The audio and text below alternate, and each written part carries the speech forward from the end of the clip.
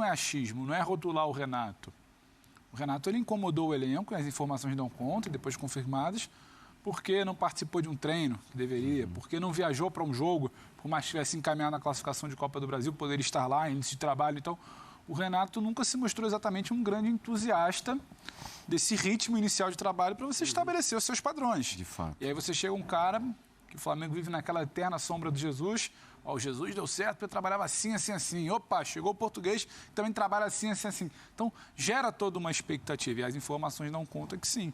O Flamengo ele não tinha um time ruim ano passado. Acho que era muito claro para todo mundo que era o melhor elenco do país. Faltava trabalho. Então, o Flamengo tendo trabalho, você imagina que ele vai voltar a postular ali, a incomodar um Palmeiras, a incomodar um Atlético Mineiro, a não virar uma temporada de novo com os 3 principais títulos, falando de Copa do Brasil, Brasileiro e Libertadores, de não brigar. Isso é muito ruim para o elenco que o Flamengo tinha, para o custo que se tem, para a expectativa que se gera. Então, o Flamengo, em tese, tenta encaixar o que lhe faltou na última temporada, que era trabalho. Não é que faltava jogador, não é que faltava a bola de um, não, faltava trabalho.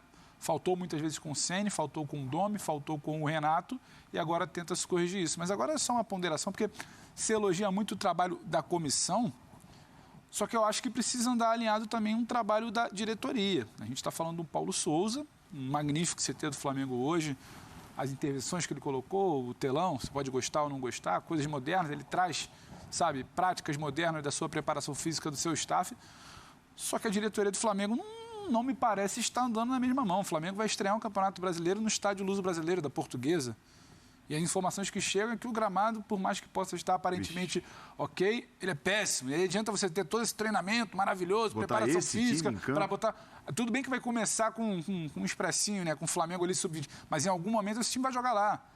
A estrutura é horrível, o vestiário não funciona, sabe? A parede não existe, não tem... Então, você vai levar esse time que treina maravilhosamente bem, com um treinador europeu, com práticas das mais modernas, para jogar nesse estádio. Então, assim, eu acho que precisa haver um alinhamento. Acho que é a única ressalva que se faz, porque depois não adianta reclamar se tiver uma lesão, se tiver um cara insatisfeito, se tiver alguém falando que, pô, o vestiário não tinha água assim. Então, assim, você precisa alinhar. Eu acho que dentro de campo a coisa caminha bem. Talvez um pouco ali na parte da diretoria, que escolheu muito bem, inclusive, esse nome, que dê certo pelo profissional que parece ser. A gente tem muito pouco a se falar olhando de perto, mas acho que precisa estar alinhado. Agora, é um início... O Flamengo indica ter um trabalho, algo que lhe faltou em 2021. E eu acho que tem um ponto positivo nessa conversa, Jean, que são ainda os remanescentes do tempo do Jorge Jesus, porque o Flamengo jogava com o Jorge Jesus com uma intensidade, no bom sentido, invejável. Então, quer dizer, esses caras... São capazes de fazer isso. E já foram submetidos a isso. Porque, assim, dependendo de como for, dependendo do elenco que se pega...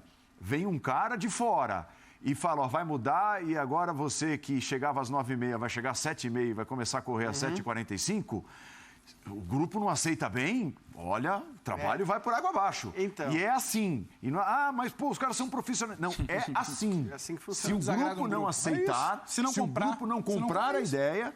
Não vai. Então. E assim, e esse grupo já comprou uma ideia que parece ser parecida. E já deixou de comprar outras também. Isso. Mas para mim essa é a questão. Primeiro, é claro que o grande ganho precisa ser no trabalho do técnico. É claro. E não é nada contraditório em relação ao que eu falava no ano passado, porque algumas pessoas já me escreveram, mas você dizia que o Flamengo, mesmo que não tivesse um grande técnico, chegaria...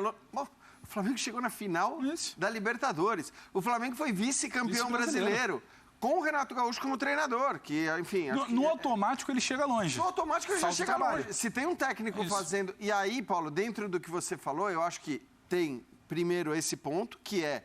Você já viu que esses caras são capazes de se dedicar e de se entregar a ponto de ter um trabalho, né, de acatar comandos mais exigentes do ponto de vista disciplinar e do ponto de vista da entrega física. E tem mais, como o Pedro acabou de falar, eles vêm de um trabalho que era justamente o oposto nesse aspecto.